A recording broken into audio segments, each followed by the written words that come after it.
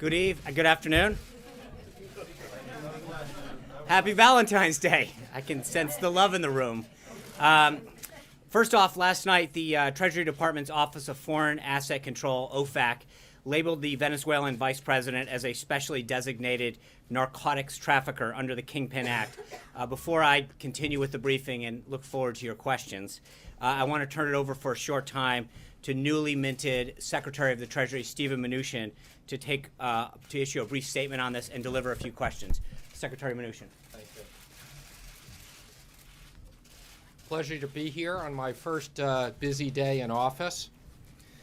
Yesterday, the Department of Treasury's Office of Foreign Asset Control, known as OFAC, designated Venezuelan national Tarek al-Assami as a specially designated narcotics trafficker pursuant to the Foreign Narcotics Kingpin Designation Act for playing a significant role in international narcotics trafficking. Al-Assami's primary frontman, Venezuelan national Samark Lopez Bello, was also designated. These designations follow a multi-year investigation into Al-Assami's criminal activities, and President Trump appreciates the hard work put into this case by the Department of Treasury, the Department of State, as well as the National Security Council and many people throughout law enforcement.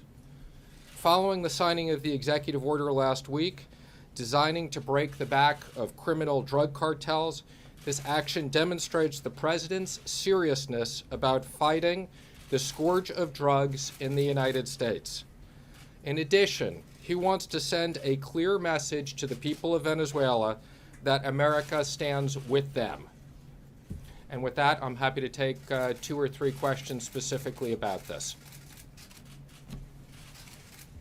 Since sanctions are directly relevant, obviously, to the Treasury Department, which is an agency that you now oversee, can you talk a little bit about plans to sanction Russia and if you will keep Obama-era sanctions against Russia? Our current sanctions programs are in place, and I would say sanctions are an important tool that we will continue to look at for various different countries. But it's a very important program within the Treasury Department. For Russia specifically, sir? The existing policies are in place. Mr. Secretary. Yes. Contemplating any additional sanctions against Iran, and can you tell us what you think the bottom line will be of these particular sanctions you announced yesterday and are referring to today with the Venezuelan vice president? What's it going to mean? First, let me just comment, again, this is as a result of a very long effort. By the way? Yes, this was underway. This was a very long effort, but the implication is quite significant. We expect that there will be frozen tens of millions of dollars. And again, that sanctions are a very important way of us sending a message that we will not stand for illicit activities, whether they're drug trafficking or terrorism. Secretary, including sanctions, what other tools are you looking at? I can't comment on all the tools, but again, let me just reinforce that sanctions are a very important tool within the department, and we will use them as appropriate. More with Iran, sir? In this case, we did freeze assets again, as I mentioned, tens of millions of dollars of assets, and that will have a very big impact on this. So I'll take one more question, please. Yes, in the back. During the campaign, the president had made comments about Janet Yellen and whether basically inferring that she was being too political and that she should be ashamed of herself. Do the folks at the Treasury Department and within the administration feel confident with Mrs. Yellen at the helm and to be able to set monetary policy going forward? Well, let me just comment. I'm really here today again to talk about the Venezuelan situation. But let me just say that there is a tradition of the Secretary of Treasury having ongoing meetings with the head of the Federal Reserve, and I look forward to that now that I'm in office, doing that and spending time with her. Thank you very much, everybody. It's a pleasure to be here on my first day. Thank you. All right, let's get back to the fun. We've been reviewing it. I want to address the events of last night first and foremost. We've been reviewing and evaluating this issue with respect to General Flynn on a daily basis for a few weeks, trying to ascertain the truth. We got to a point not based on a legal issue, but based on a trust issue, where the level of trust between the president and General Flynn had eroded to the point where he felt he had to make a change. The president was very concerned that General Flynn had misled the vice president and others. He was also very concerned in light of sensitive subjects dealt with by that position of national security advisors like China, North Korea, and the Middle East, that the president must have complete and unwavering trust for the person in that position. The evolving and eroding level of trust as a result of this situation and a series of other questionable instances is what led the president to ask for General Flynn's resignation. Immediately after the Department of Justice notified the White House counsel of the situation, the White House counsel briefed the president and a small group of his senior advisors. The White House counsel reviewed and determined that there is not an illegal issue, but rather a trust issue. During this process, it's important to note that the president did not have his Attorney General, Jeff Sessions, who he trusts immensely, approved by the Senate. When the president heard the information as presented by White House counsel, he instinctively thought that General Flynn did not do anything wrong, and the White House counsel's review corroborated that. It is not ordinary for an incoming national security advisor to speak with his counterparts about the issues of concern to them. In fact, he spoke with over 30 of his counterparts throughout the transition. As Charles Krauthammer said last night, it is, quote, perfectly reasonable for him to do so.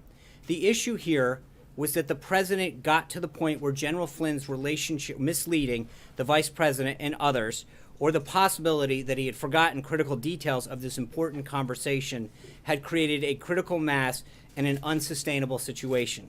That's why the president decided to ask for his resignation, and he got it. The irony of this entire situation is that the president has been incredibly tough on Russia. He continues to raise the issue of Crimea, which the previous administration had allowed to be seized by Russia.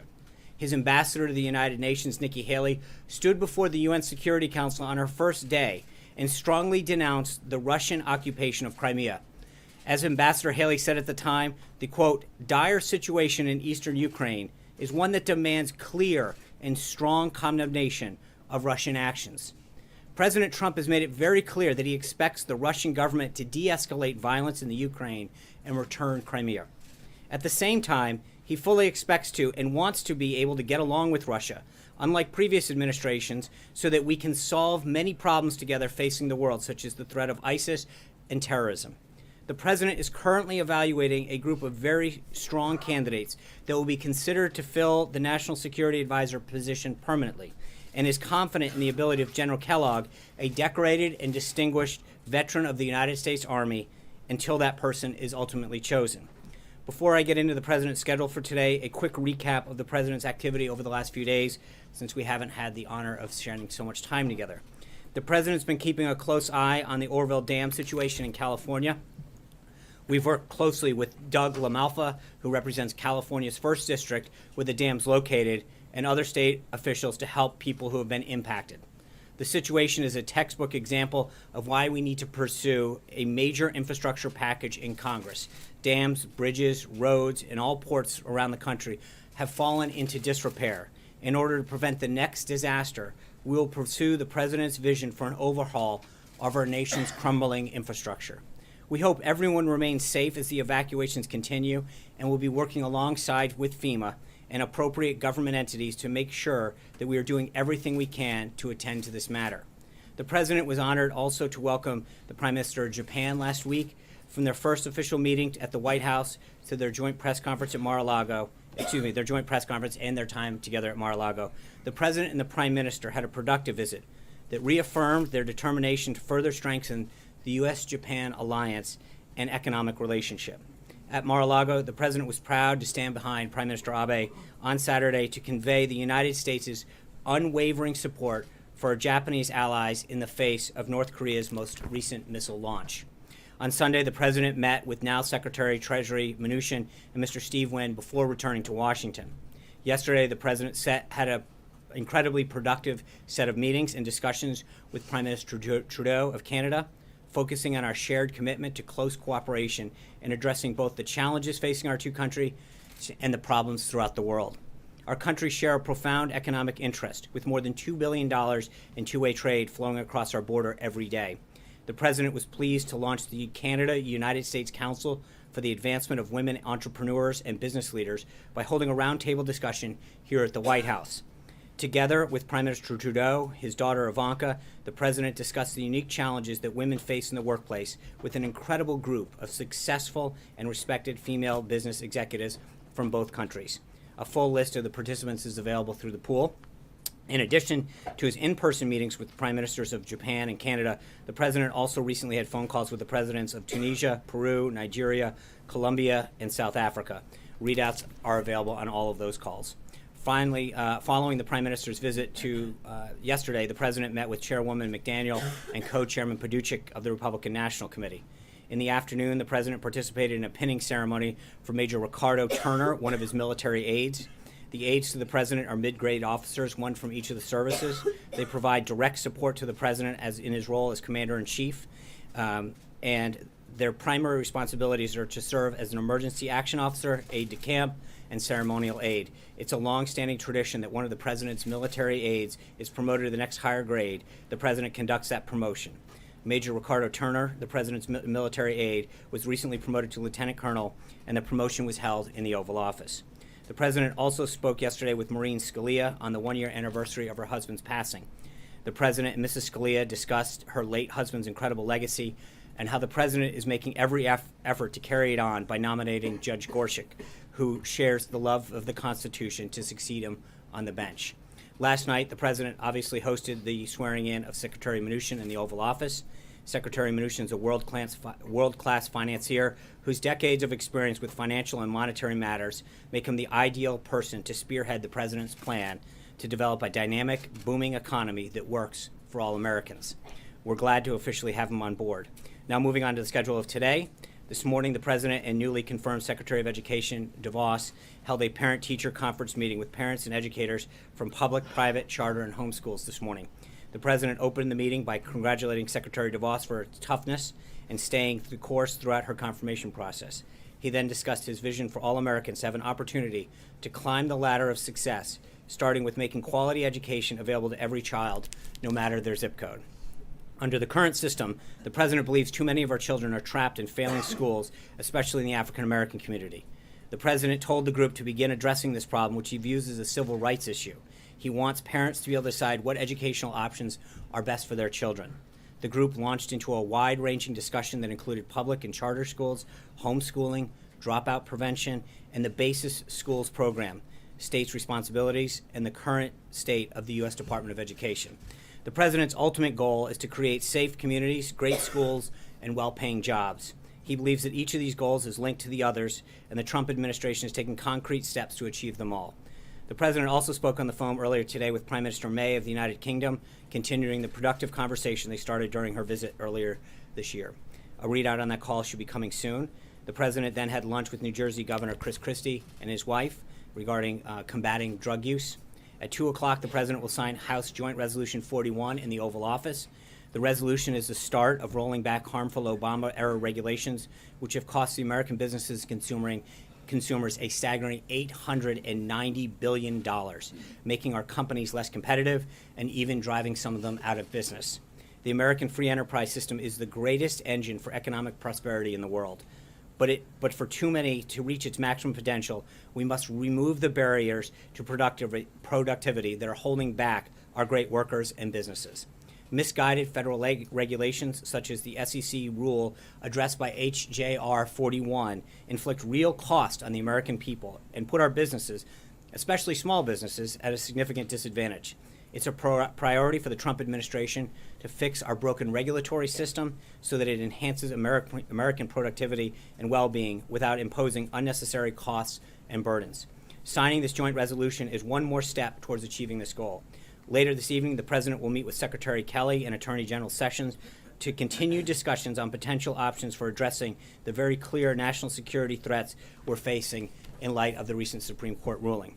Tomorrow, the President is pleased to be welcoming Israeli Prime Minister Benjamin Netanyahu to the White House. They will discuss ways to advance and strengthen the special relationship between our two countries and stability in the Middle East. They will consult on a range of issues, regional issues, including addressing the threats posed by Iran and its proxies, the crisis in Syria, and countering ISIS and other terrorist groups.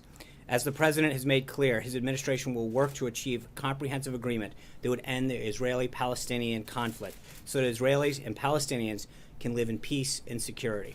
The way forward toward that goal will also be discussed between the president and the prime minister. They will hold a joint press conference tomorrow as well, and further guidance will be coming on the time and location. Looking ahead to Friday, the president will travel to Charleston, South Carolina to attend the rollout of the first Boeing 787-10 Dreamliner. This visit will give the president an opportunity to celebrate a huge milestone for thousands of workers at Boeing, America's #1 exporter and the millions of American workers involved in aerospace. This trip has been months in the making, and we're thrilled to celebrate the rollout of this amazing plane. With that, I'd be glad to take some of your questions. Jonathan Karl. Back in January, the president said that nobody in his campaign had been in touch with the Russians.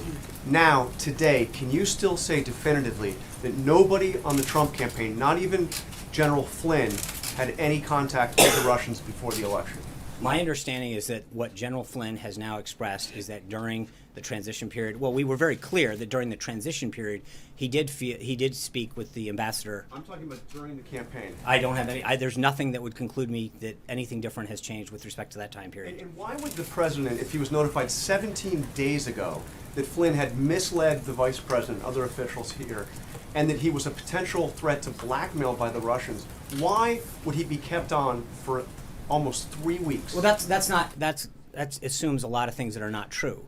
The president was informed of this. He asked the White House counsel to review the situation. The first matter was whether there was a legal issue. And we had to review that whether there was a legal issue, which the White House counsel concluded there was not. As I stated in my comments, this was an act of trust. Whether or not he actually misled the vice president was the issue. And that was ultimately what led to the president asking for and accepting the resignation of General Flynn. That's it, pure and simple. It was a matter of trust. We went through a very deliberative process, a very thorough review. The first part of it was clearly to understand the legal aspect of this. And that was simply concluded there was no legal aspect. And then what happened is the president evaluated the trust aspect of it. Major. When the president was asked on Air Force One on Friday rather, traveling down to Mar-a-Lago, about reports, about conversations with the Russians, about sanctions, he said, "I don't know about it. I'll look into that." Mm-hmm. Was he being truthful? No, what he was asked specifically is, was he aware of a Washington Post story? He hadn't seen that at the time. Of course he was involved. I just said that he was aware of the situation right after the White House counsel informed him back in January. And his inquiry to the White House counsel was strictly about the legalities involved, not the propriety of the conversations between General Flynn and the Russian ambassador. Well, initially, just to be clear, criticism of the merits of those conversations about sanctions before the Trump administration had been inaugurated. so just to be clear, the acting attorney general informed the White House counsel that they wanted to give, quote, a heads up to us on some comments that may have seemed in conflict with what he had sent the vice president out in particular. The White House counsel informed the president immediately. The president asked him to conduct a review of whether there was a legal situation there. That was immediately determined that there wasn't. That was what the president believed at the time from what he had been told, and he was proved to be correct. The issue, pure and simple, came down to a matter of trust. And the president concluded that he no longer had the trust of his national security advisor over. It was proper for the incoming national security advisor, not part of an administration, to be discussing an issue as sensitive as sanctions with the Russian ambassador. I mean, his job is to discuss issues with his counterparts. I mean, Charles Krauthammer put it perfectly last night. That's what he's supposed to be doing. I mean, that's his job. We would constantly read out throughout the transition who he was speaking to, how he was getting ready. The president was receiving congratulatory calls from around the world. We would read out the world leader calls. The job of the incoming NSA is to sit down with the counterparts and start that dialogue. And that's exactly what he did. So the question wasn't, did he do anything improper or illegal? It's the question of, could he be trusted further? And that trust, or the erosion of that trust, was frankly the issue. So, hold on. Did the president instruct him to talk about sanctions? No, absolutely not. No. But no, and there's no, that's never. So would you prefer he had not done that? Well, I think the president had no problem with the fact that he acted in accord with what his job was supposed to be doing. He had the ability to talk about issues that were important, whether it was that or the 30 other countries that he spoke to. That was part of his job. as has been noted by many people, that's what the National Security Advisor and frankly other positions do. They begin the process of preparing their incoming job by talking to counterparts, people who have previously held the job, etc. If he had not done that, there would be questions as to whether he's properly prepared on day one. Conversation about sanctions. No, the issue isn't whether or not what he discussed. There's been a complete legal review of that, and there's no issue with that. The issue is whether or not he failed to properly inform the vice president or not be honest with him or not remember it. But that's the plain and simple issue. And when he lost trust with the president, that's when the president asked for and received his resignation. Thanks a lot, Sean. Yesterday, Kellyanne Conway, a counselor to the president, said that the president continued to have trust in General Flynn. Right.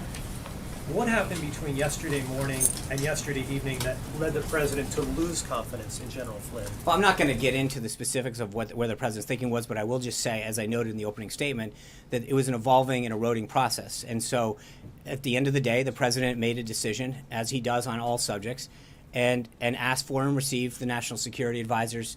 But he is one of those people that we've noted before. When he's ready to make a decision, he makes it, whether it's hiring somebody or asking for someone's resignation. Once he is determined that he has made a decision on any subject, that's when he informs the staff. So going into the day, it was an evolving situation. He made a determination late in the day, and he executed on it. Yeah, He's an Alexis. extremely loyal person, General Flynn. Was it a difficult decision for the president to let General Flynn go? Well, sure. I mean, General Flynn is a dedicated public service. He's headed the DIA. He has been an outstanding member of the Army, both as an officer and then as a flag officer. He's served this country admirably. And I think the president appreciated his service to his nation, his commitment to his campaign, and his service to his country so far. But at some point, the decision came down on whether or not that trust had eroded.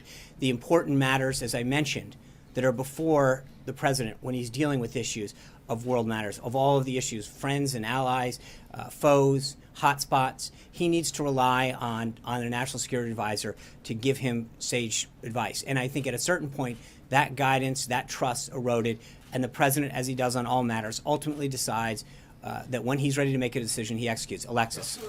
Questions.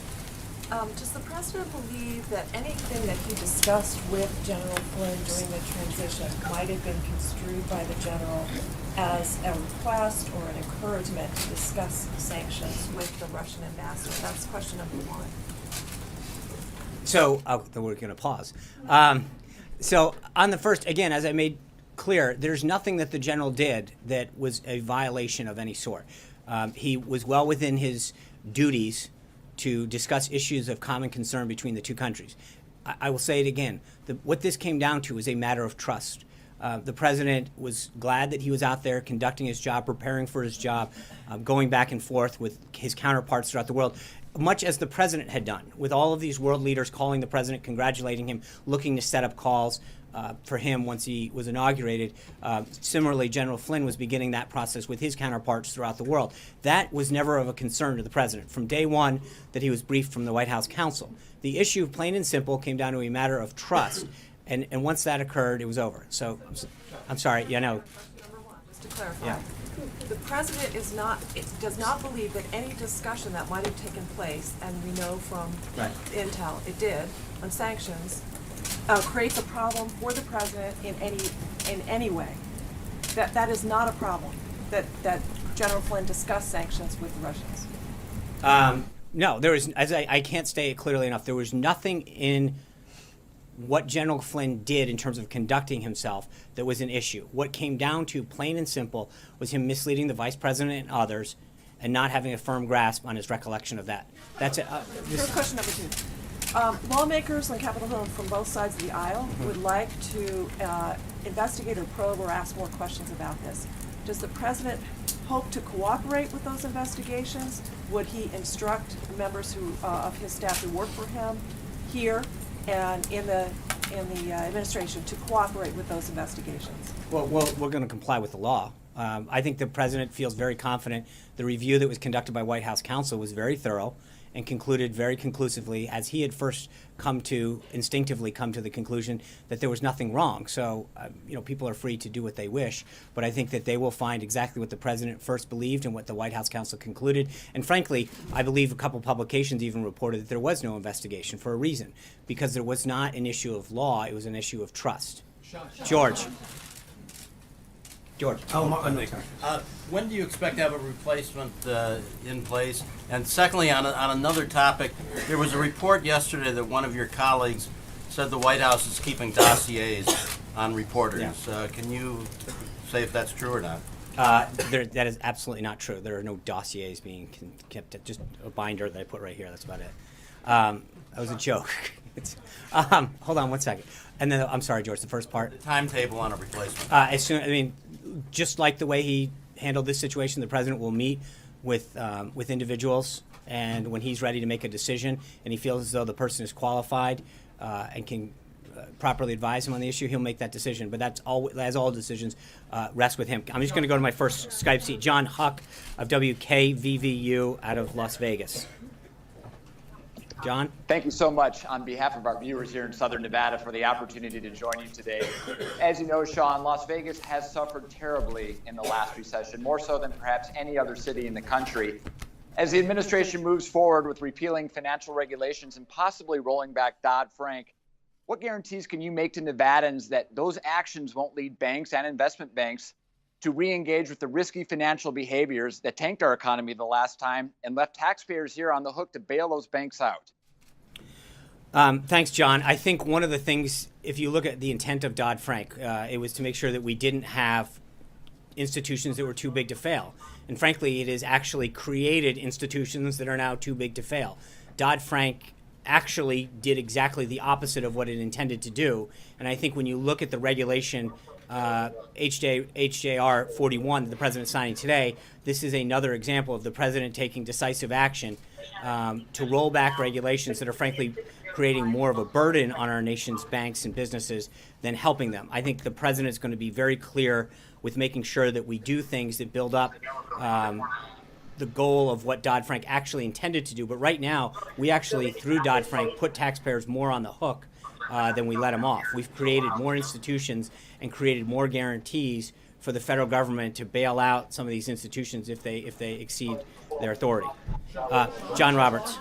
Let me come back to what you said at the beginning. You said the White House counsel's office reviewed this and determined that there was nothing illegal. What evidence did they look at in making this determination? And secondly, Democrats up on the Hill say that they want an investigation of this. They're looking into what did the president know and when did he know it. So can you tell us what evidence you looked at the White House counsel's office, and what did the president know about all of this, and when was he aware of it? Well, as I mentioned, the first day that the Department of Justice made White House counsel available or sought to notify White House counsel was January 26th. The president was immediately informed of the situation. As I said, based on the information that was provided at the time, his view was that this was not a violation. He was proved instinctively correct. And White House counsel at that time undertook an extensive review, both of materials and questioning. I'm not going to get into the specifics. What I will tell you is on multiple occasions, they had an exhaustive and extensive questioning of General Flynn on several occasions based on information that was provided to them or materials that were provided to them to review. I'm not going to get into the details of that, but I will just say that there was an exhaustive review. And again, the thing that's important to note is the vice president, myself, in fact, I think the first time I brought this issue up was January 13th. The Department of Justice didn't notify the White House or the White House counsel at that time in the transition phase until 13 days later. So I think it's important to understand something very, very important. This idea of why did it take so long, I think the first question should be, where was the Department of Justice in this? They were aware of this. We were making statements based on what General Flynn was telling us starting on January 13th. The vice president went out on the 15th, right? They didn't notify the White House counsel's office until January 26th. At that time, there was an immediate, the president was immediately informed of that and then asked the White House counsel to conduct a very, very thorough review. The first part of that review was focused on whether or not there was any legal issue. That's it. Once that became the issue, then it shifted into phase 2, which is whether or not there was trust still maintained, and that issue then that became a separate set of issues that were. I'm speaking to the actual evidence. The FBI has transcripts of these intercepts, which I assume were done by the NSA via a FISA court order. Was there any communication between the White House counsel's office and the FBI? Did those transcripts ever enter into I will the say that document? obviously there was obviously communication between the Department of Justice and the White House counsel's office. I'm not going to get into the specific nature of that. I think it would be inappropriate because of the nature of the information that was being discussed. Yeah. Why not dismiss the general on January 27th? Why, if the question was of trust, and immediately, you have January 15th, he's on Face the Nation saying that, Vice President Pence is on Face the Nation saying that this is what General Flynn told me, and then January 26th, you hear the opposite. Why not immediately act? Why wait another 2.5 weeks? I don't understand how that's a due process. Because what the Attorney General didn't come in, and the acting Attorney General come in and say that there was an issue. She said, we wanted to give you a heads up that there may be information. Okay? She could not confirm there was an investigation. And so it would be unbelievably short-sighted and wrong to go in and dismiss someone immediately. In fact, what the president did was take decisive action to make sure that the White House counsel thoroughly reviewed and vetted the situation. He took immediate decisive action. And if you look at the timeline in terms of what he did and how that expanded, the White House counsel's first and foremost goal was to make sure that there was not a legal issue at hand. Once that was concluded, then it became a phase of determining whether or not the general's action on this and a whole host of other issues undermined his trust in the president. But the president, from day one, from minute one, was unbelievably decisive in asking for and demanding that his White House counsel and their team review the situation, first and foremost to question whether there's a legal issue. And what they immediately determined, not immediately, but within several days, was that after review, that there was not a legal issue, and then it moved into a second phase. Because Sean, the president tweeted this morning, the real story is leaks, illegal It leaks. is leaks. But if you think about this, understand that all of this information was leaked. I mean, I got to, and again, I know we've got this, me lecturing you about what stories should be, but I think that there's a real story here. The idea that not just in this administration, but the Obama administration, going back to the Bush administration and back, that we have an issue where classified information, of which this would be, is handled in such a way that it is being given out. And I know in some cases it's a good story, and I understand that, and that's to some degree your responsibility to write that. But I think there's also a story here where the amount of leaks that are coming out of people that are entrusted with national security secrets and classified information are leaking it out. That's a real concern for this president, that when he's talking on the phone with a world leader, that when he's making key decisions that are in the interest of protecting this country, that we have to wonder whether or not people who work for our government, who are entrusted with classified information and decisional-based materials, are leaking that information out.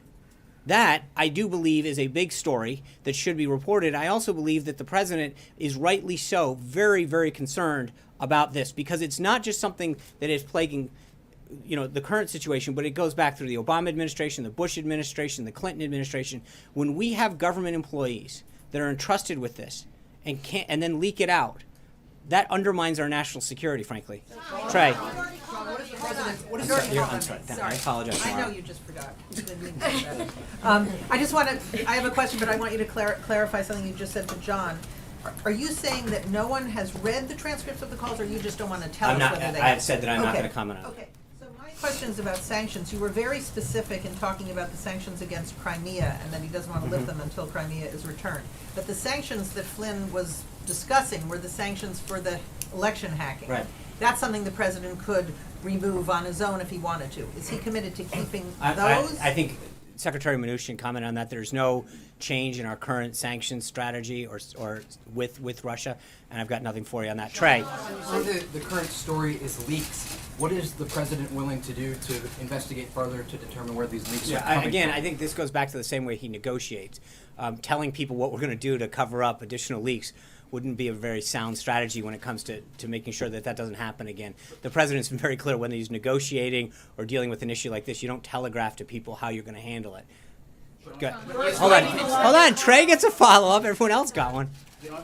So he is going to take some sort of steps to investigate these leaks? I would just say that the president is, as I said, is clearly upset about this. He understands the threat that they pose to our national security, and he's going to make sure that he continues to take action to make sure that that stops. Yes. Yeah. Thank you. So you mentioned time and time again that this is an issue of trust. You also said that it was an evolving issue and that the issue of the trust that the president had for Flynn came down to this deception that happened with the vice president, but also a host of other issues. What were the other issues, and was the vice president the only person that was misled by Flynn? Were other people misled? I mean, I think I've stood before you before and explained what General Flynn had conveyed to me. I think there were some others that had similarly expressed that too as well. So, you know, that's why it's others, because it wasn't just people who went out and made public pronouncements. That in a series of questioning that was rather exhaustive over a long period of time, he continued to maintain that had not occurred. And I think that's where the president continued to, and that's why the president was very clear that it was an eroding issue, because it was after a series of issues and a series of statements and pronouncements that the president came to that conclusion. Were there other issues outside of this call and the deception over that led to the mistrust? I think the statement's very clear that it was this and a series of issues. With that, let me go to Jason Stevens of the Federalist paper in Ashland, Ohio. Thank you. What our readers at the Federalist Papers Project are most interested in is returning the country to the first principles of Republican government, as understood by the American founders. One of those principles in the Declaration of Independence is the consent of the governed.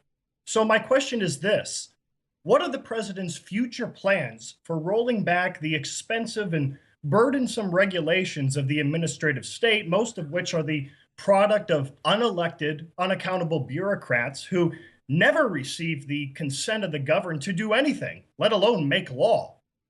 Thanks, Jason. I think, as I mentioned today, the president in just a few minutes is going to be signing HJR 41, which is one of those attempts to roll back some onerous Dodd-Frank regulations with respect to the SEC in particular. He is going to continue. Last week we rolled out another one of those executive orders that ensures that for every new regulation, two must be gotten rid of. The president's commitment to rolling back regulation and the overreach of government, I think, is unwavering and unquestionable. So you're going to continue to see this president undo a lot of that government overreach. And so, Jim. Yeah, just a quick question. You said earlier in your comments that the president has been incredibly tough on Russia. Mm-hmm. How is that possible? He has made comment after comment over the course of the campaign, the transition, where he defended Vladimir Putin. He had an interview with Bill O'Reilly where when he was asked, Vladimir Putin's a killer, he said, well, America hasn't been that much better in this regard. Also, to me, it seems, and I think to a lot of Americans, it seems that this president has not been tough on Russia. How can you say that? Because I just walked through. I think there's a difference between the president wanting to have an understanding of how a good relationship with Russia can help us defeat ISIS and terrorism throughout the world. Look, the Obama administration tried to have a reset with Russia. They failed. They tried to tell Russia not to invade Crimea. They failed.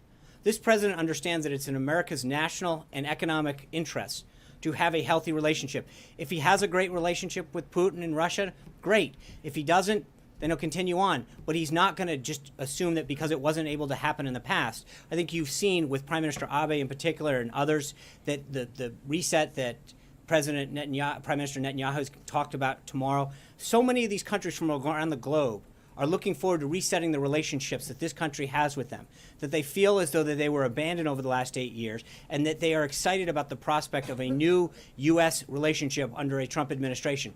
So, but with respect to Russia, I think the comments that Ambassador Haley made at the UN were extremely forceful and very clear that until they leave... Haley, not the president. She speaks for the president. I speak for the president. All of us in this administration, and so all of the actions and all of the words in this administration are behalf and at the direction of this president.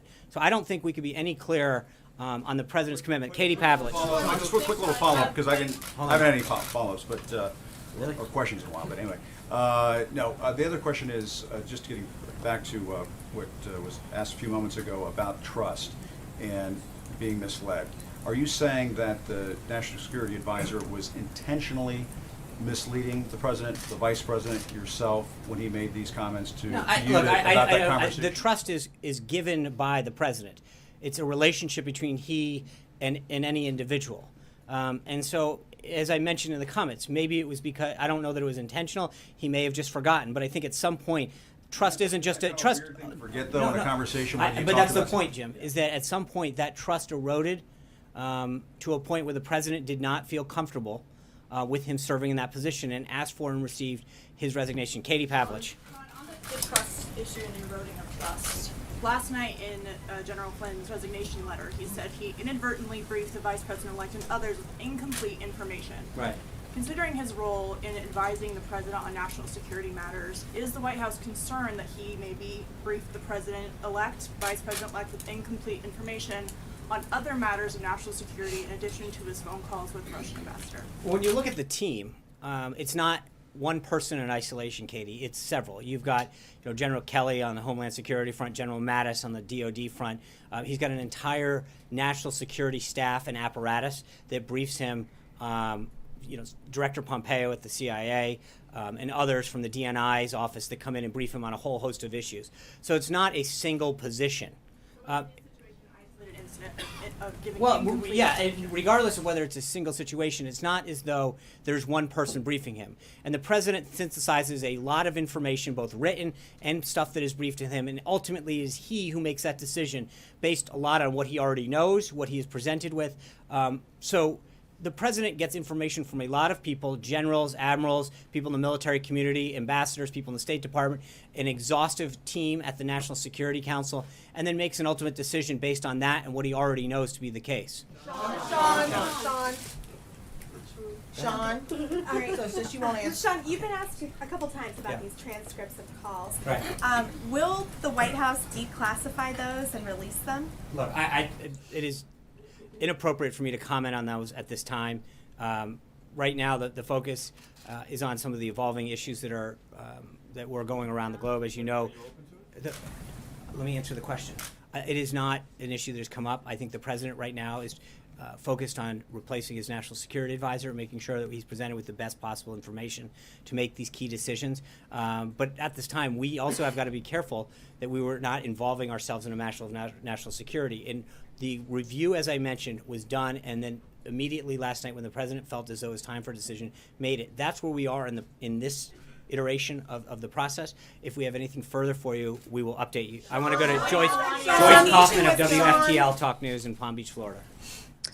Thank you so much for this opportunity. I'm approximately 6 miles away from Mar-a-Lago right now, and the President met with the Prime Minister Abe from Japan at Mar-a-Lago this weekend, and beside giving us traffic and security nightmares, there were apparently conversations that took place by telephone and with the Prime Minister that were in a relatively insecure dining area. There's already video of this surfacing. Will there be a skiff put in place in these dining areas, these public places?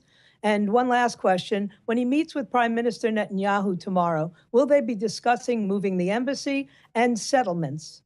On the second one, I'm not going to get ahead of the Prime Minister's discussion with the President. We'll have a readout. After that, there'll be a press conference at that. With respect to the first, there is a skiff at Mar-a-Lago. And just to be clear, the President was briefed in a skiff ahead of dinner. He went and with his national security team, they briefed him on the situation in North Korea. Subsequently, he had a dinner, which was attended exclusively by U.S. and Japanese delegation members. At that time, apparently there was a photo taken, which everyone jumped to nefarious conclusions about what or may not be discussed. There was simply a discussion about press logistics, where to host the event. And then after the dinner, the President went back into the skiff to get a further update from his team. So I'm not really sure where people jump to conclusions. There is a skiff there. It was utilized on 2 occasions that evening to convey to the President by his national security team the situation in North Korea. And then the President subsequently stood shoulder to shoulder with the Japanese President to make sure that our commitment to their security and stand against North Korea was fully made aware. Margaret. Can you just clarify, because I got a little turned around. Did President Trump, or President-elect Trump at the time, know of General Flynn's discussion of the sanctions while he was NSC designate? And if not, when did he finally learn about them? And if so, why was he okay with that? So no, he was not aware, as he's not back briefed on every conversation that his national security team has or other staffers. They were performing their duties as other people were in terms of getting up to speed, conveying with counterparts and previous members of their team. That being said, when he was made aware of it, once the White House counsel briefed him on concerns the Department of Justice had. And at that point, as I mentioned, what he asked and what he believed at the time and was confirmed by White House counsel was that there was no legal issue here. Discussing the issue didn't violate anything. It was appropriate in the normal course of action to discuss that. And he immediately asked the White House counsel to further confirm what his instincts were at the time. Thank you, guys. Have a great one. We got to get ready for a bill signing. We got a bill signing. Margaret gets a follow-up but he's. Is the administration undertaking any sort of effort, either cabinet-wide or like inside the shop, to make sure that everyone comes forward who had any communications with the Russians about sanctions or otherwise? There is no other information. I mean, that as far as we are aware, that is an isolated incident that occurred. And again, the key point in this isn't that there were discussions. There was nothing wrong or inappropriate about those discussions. It purely came down to a matter of trust. That's it. Thank you, guys. I'll see you tomorrow. Happy Valentine's Day.